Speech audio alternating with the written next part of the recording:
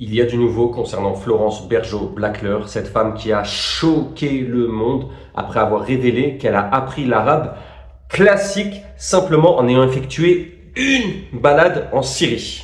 Vous avez appris Pour quel le arabe? lire. L'arabe classique. J'ai été en Syrie pour apprendre l'arabe. Le tamam? Comment? Cool le tamam?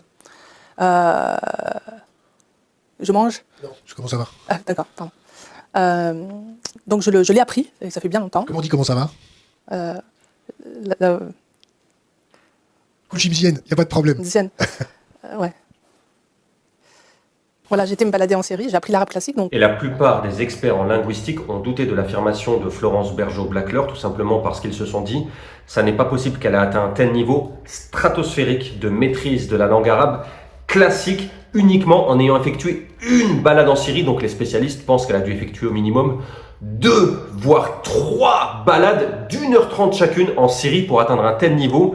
Mais Florence Bergeau-Blackler a divulgué une information encore plus incroyable dans la même interview, puisqu'elle a expliqué, écoutez bien, c'est juste hallucinant, que dans les années 90 et 2000, elle a côtoyé et en quelque sorte infiltré les frères musulmans. Elle aurait apparemment fréquenté une mosquée à Bordeaux et elle a expliqué qu'en 2005, écoutez bien, retenez bien l'année, c'est très important, en 2005, les frères musulmans communiquaient avec le Qatar et avec le Hamas grâce à des grosses radios, parce qu'à l'époque, il n'y avait pas de téléphone portable. et les frères étaient à l'époque aussi connectés avec le Qatar, et probablement aussi les Palestiniens, enfin des formes c'est 2005, oui, prototypiques du Hamas. Ils avaient des grosses radios d'ailleurs chez eux, des grosses radios parce qu'on n'avait pas de téléphone portable à l'époque. Ils avaient des grosses radios pour pouvoir communiquer à distance. Ils se cachaient même pas devant moi. Alors, je ne sais pas si vous mesurez la portée de cette information, mais elle est très lourde de conséquences puisque cela implique que déjà en 2005, les frères musulmans étaient très en avance au niveau technologique sur leur époque. Ils avaient à leur disposition visiblement des moyens colossaux puisqu'ils avaient accès, comme l'a expliqué Florence Bergeau-Blackler, à des grandes radios comme ça pour communiquer à distance. C'était il y a plus de 20 ans. Ça dépasse l'entendement, d'autant plus qu'on sait depuis très peu de temps, grâce à des dossiers top secrets qui ont été divulgués au grand public, que le moyen de communication le plus perfectionné connu en 2005 était le pigeon voyageur. Et à cette époque, il y avait seulement la CIA qui avait accès à cette technologie. Je ne sais pas si vous réalisez.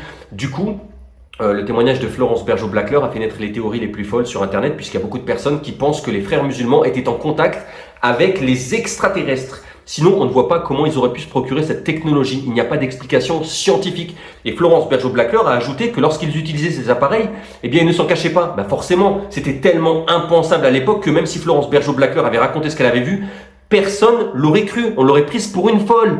Et je ne sais pas si vous réalisez, mais c'était il y a plus de 20 ans. Ça veut dire que peut-être aujourd'hui, les frères musulmans ont accès à des technologies encore plus incroyables. Il y a des personnes qui pensent qu'ils ont accès à un appareil qui s'appelle le talkie-walkie. Ce serait une espèce de radio portable qui permettrait également de communiquer à distance.